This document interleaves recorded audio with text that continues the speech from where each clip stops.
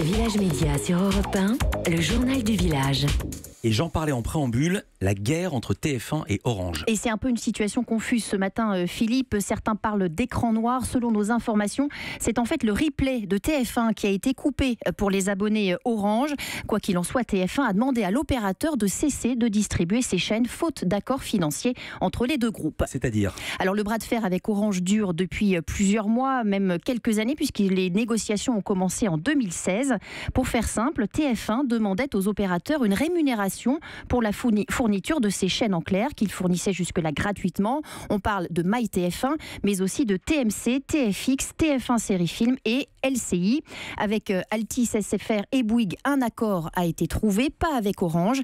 La décision est donc radicale. On le rappelle, les clients Orange représentent 25% de l'audience de TF1. Et puis accessoirement, ça va faire mal à LCI. Oui, LCI, la chaîne d'info qui venait de passer devant CNews comme deuxième chaîne d'information en continu. Si on la prive d'une partie de son audience, c'est un peu comme se tirer une balle dans le pied. Exactement. Un nouveau numéro 2 à France Télévisions. C'est officiel. Takis Candilis succède à Xavier Couture. Il a été nommé hier directeur délégué à l'antenne et au programme avec des pouvoirs renforcés. Takis Candilis supervisera toutes les directions des antennes nationales. Caroline Gott, France 2, Dana Astier, France 3, Tiffaine de Ragnel, France 4 et Nathalie Darigrand, France 5 lui sont désormais hiérarchiquement rattachés. Et puis un autre changement qui concerne la fiction. Takis Candilis sera chargé de mettre en place, je cite, une direction transverse de la fiction à l'échelle du groupe France Télé, un domaine qu'il connaît bien puisqu'il était directeur de la fiction pour le groupe Banijay. Et avant, il était directeur de la fiction sur TF1. Tout à fait. Et il s'appuiera sur Anne Holmes, qui est directrice de la fiction de France 3. La chaîne, on le sait, enregistre des audiences records sur ses cases du mardi et du samedi. Et oui, il y a la fiction française qui a effectivement le vent en poupe, vous le disiez, dans les audiences. Alors effectivement, c'est l'exemple qui confirme cette enquête de Médiamétrie sur les 100 meilleures audiences de fiction réalisées en 2017 à la télévision.